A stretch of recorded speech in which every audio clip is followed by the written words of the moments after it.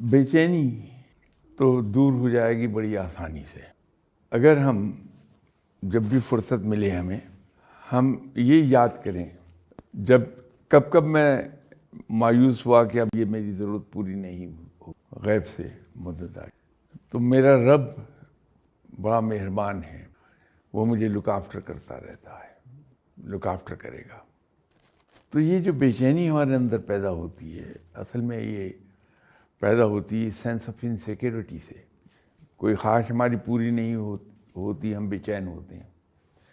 وہ جو سینس جو ہماری خواہش پوری نہیں ہو رہی، وہ اصل میں ہمارے اندر ایک طرح کی انسیکیورٹی پیدا کر رہی ہے کہ یہ میرا کام نہیں ہو سکتا۔ تو جب ہم رب کی رحمتوں کو یاد کرتے رہیں گے تو ہمارے اندر سے یہ بے چینی ختم ہو جائے گی، ایک عجیب یقین پیدا ہو جائے گا کہ میرے رب میری مدد کرے گا، میرا رب مجھے لک آفٹر کرے گا۔ کبھی ہم اس کو اس پہلو سے دیکھ لیں کہ جب میں پیدا ہوا تھا تو میرے جسم پر ایک چیتھڑا بھی نہیں تھا، میرے دونوں ہاتھ خالی تھے۔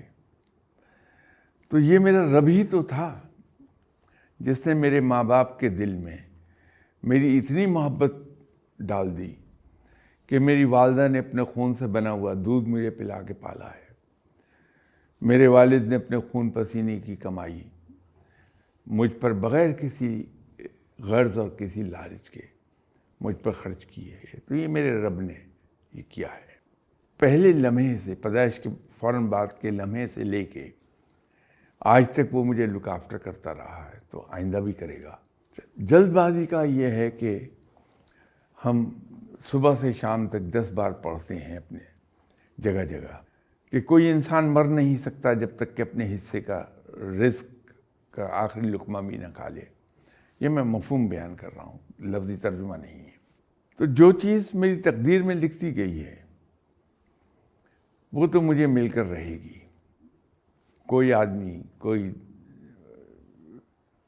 فیکٹر، چاہے وہ وقتی کیوں نہ ہو، وہ مجھ سے وہ چھین نہیں سکتا۔ تو میں اپنے ایلبو کا استعمال کیوں کروں؟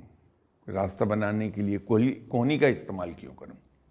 تو میرے اندر ایک ٹھہراؤ اور ایک سکون پیدا ہوگا جو جلد بازی میری ختم کر دے گا۔